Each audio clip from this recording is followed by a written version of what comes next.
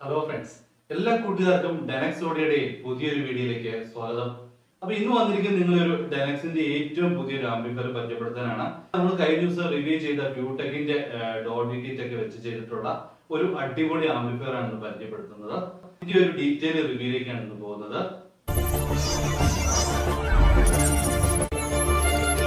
അപ്പൊ ഇതാണ് നമ്മൾ പറഞ്ഞ ആം 5.1 ഡോൾബി ടിഎസ് ഒക്കെ സപ്പോർട്ട് ചെയ്യുന്ന ആംപ്ലിഫയർ. അടിപൊളിയായിട്ട് തന്നെ നമ്മളത് ചെയ്തെടുത്തിട്ടുണ്ട്. അതുപോലെ തന്നെ പുതിയ കിറ്റിന്റെ കുറച്ച് അപ്ഡേഷനും കൂടി ഉണ്ട്. ആദ്യം നമുക്ക് ഈ ആംപ്ലിഫയറിനെ പറ്റി നോക്കാം. ആംപ്ലിഫയറിലേക്ക് വരുവാണെങ്കിൽ നമ്മൾ ഫ്രണ്ടിൽ നമ്മൾ കുറച്ചൊരു പാനലിലൊക്കെ ചെറിയൊരു ചേഞ്ചസ് ഒക്കെ വരുത്തിയിട്ടുണ്ട്. അതിന്റെ ഡിസൈനിലൊക്കെ നമ്മൾ തന്നെ പാനൽ ചെയ്തെടുക്കുന്നതാണ്. അതുകൊണ്ട് തന്നെയാണ് നമ്മൾ അധികം മോഡലുകളൊന്നും ചേഞ്ച് ചെയ്യാത്തത്. ഇതിലേക്ക് വരുവാണെങ്കിൽ രണ്ട് ഓളിംഗ് കൺട്രോളാണ് വലുതായിട്ടുള്ളൂ. ഒന്ന് നമ്മുടെ ഒരു മാസ്റ്ററിനും പിന്നെ ഒന്ന് സബിനും. പിന്നെ സെൻറ്ററിലേക്ക് നമ്മുടെ ഫ്യൂടെക്കിൻ്റെ വലിയ ഡിസ്പ്ലേ ആണ് നമ്മൾ ചെയ്തിരിക്കുന്നത്. പിന്നെ USB ഇൻപുട്ട്. ഇത്രയും ആണ് നമ്മൾ ഫ്രണ്ട് സൈഡിലേക്ക് വരുന്നത്.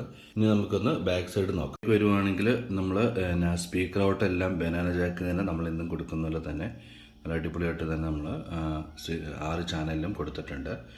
അടുത്ത ഇതിൽ ഇൻപുട്ട് സെക്ഷനാണ്. അതായത് 2 ഒപ്റ്റിക്കലും 2 കോയാക്സ് ഓക്സും കൊടുക്കുന്ന രീതിയിൽ ആണിത് ഡിസൈൻ ചെയ്തിരിക്കുന്നത്. അതുപോലെ തന്നെ നമ്മുടെ ഇതിപ്പം ഒപ്റ്റിക്കൽ ഇൻപുട്ട് കൊടുക്കുന്ന ആംപ്ലിഫയർ ആണ്. ഇത് നമുക്ക് വളരെ സിമ്പിളായിട്ട് HDMI കൊടുക്കുന്ന രീതിയിലേക്ക് മാറ്റുകയും ചെയ്യാം.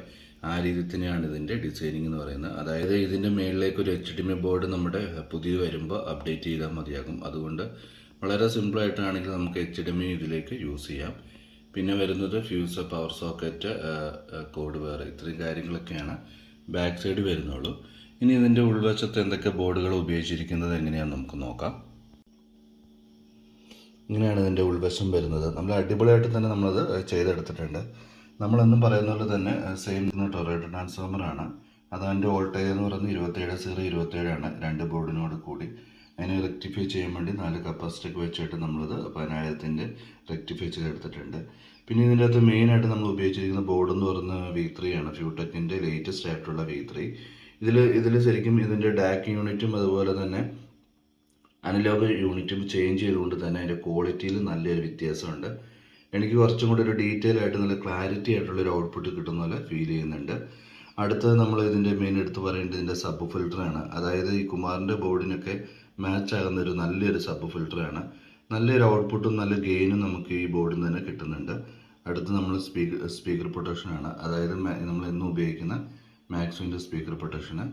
പിന്നെ ഇതിൽ ഉപയോഗിച്ചിരിക്കുന്ന സബിൻ്റെ ബോർഡ് എന്ന് പറയുന്നത് 2 ട്രാൻസിസ്റ്റർ ബോർഡാണ്. അതായത് ഒരു 10 ഇഞ്ച് ഡ്രൈവ് ചെയ്യുന്ന രീതിയിലാണ് നമ്മളിതിൻ്റെ സബിന് ചെയ്തിരിക്കുന്നത്.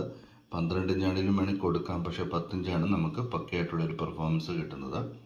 ഒരു 100 RMS ആണ് സബിന് വരുന്നത്. അടുത്ത നമ്മൾ ഉപയോഗിച്ചിരിക്കുന്ന ശക്തിയുടെ 5 ചാനൽ ബോർഡാണ്. ശക്തിയുടെ ബോർഡിനും നിങ്ങൾക്കറിയാം 100 വാട്ട്സിൻ്റെ 5 ചാനൽ വർക്ക് ചെയ്യുന്ന രീതിയിലാണ് ഇതും ഡിസൈൻ ചെയ്തിരിക്കുന്നത്.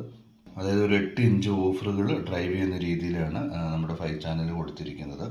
പിന്നെ ഇതിന് നമ്മുടെ ഫാനിന് വേണ്ടി നമ്മൾ കൺട്രോളർ കൊടുത്തിട്ടുണ്ട്. അങ്ങനെ എല്ലാം നല്ല അടിപൊളിയായിട്ട് തന്നെ നമ്മളത് ചെയ്തെടുത്തിട്ടുണ്ട്. അതുപോലെ തന്നെ 2 കൂളിംഗ് ഫാനും കൂടെ നമ്മൾ 2 ബോർഡിനായിട്ട് നമ്മൾ കൊടുത്തിട്ടുണ്ട്. അപ്പോൾ ഇത്രയും കാര്യങ്ങളാണ് ഉൾവശത്തേക്ക് വരുന്നത്. പിന്നെ റിമോട്ടിൻ്റെ കാര്യങ്ങളൊക്കെ എല്ലാവർക്കും അറിയാവുന്നതാണ്. അതുകൊണ്ട് ഞാനത് ഡീറ്റെയിൽ ആയിട്ടത് പറയുന്നില്ല. ഇനി നമുക്കിതൊന്ന് ടെസ്റ്റ് ചെയ്തിട്ട് ഇതിൻ്റെ പെർഫോമൻസ് കൂടെ നോക്കാം.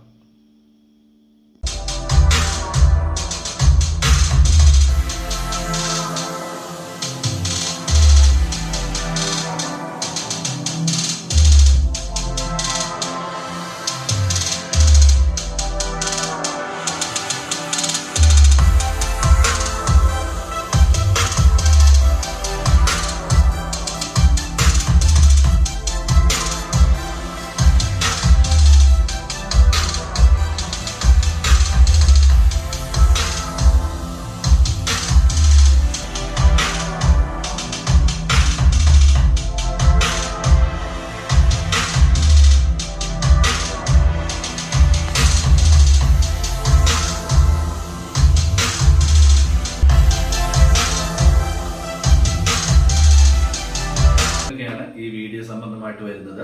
അപ്പോൾ ഇതിന്റെ പ്രൈസ് ബാക്കിയുള്ള ഡീറ്റെയിൽ ഒക്കെ ഞാൻ വീഡിയോയുടെ കൊടുക്കുന്നുണ്ട്. നിങ്ങൾക്ക് അത് ചെക്ക് ചെയ്യാവുന്നതുള്ളൂ. അതുപോലെ തന്നെ ഇത് പർച്ചേസ് ചെയ്യണമെങ്കിൽ നമ്മുടെ സൈറ്റിൽ കയറി നിങ്ങൾക്ക് മേടിക്കാവുന്നതുള്ളൂ. അല്ലെങ്കിൽ നിങ്ങൾക്ക് കമന്റ് ചെയ്യാം. എന്തെങ്കിലും ഡൗട്ടോ കാര്യങ്ങളൊക്കെ ഉണ്ടെങ്കിൽ കമന്റ് ചെയ്യാനും മറക്കരുത്. അതുപോലെ തന്നെ നമ്മുടെ വീഡിയോ ആദ്യമായിട്ട് കാണുന്നവരുണ്ടെങ്കിൽ അവർ സബ്സ്ക്രൈബ് ചെയ്യാനും മറക്കരുത്. പുതിയൊരു നല്ലൊരു വീഡിയോമേ കാണാം. It's me Sandeep.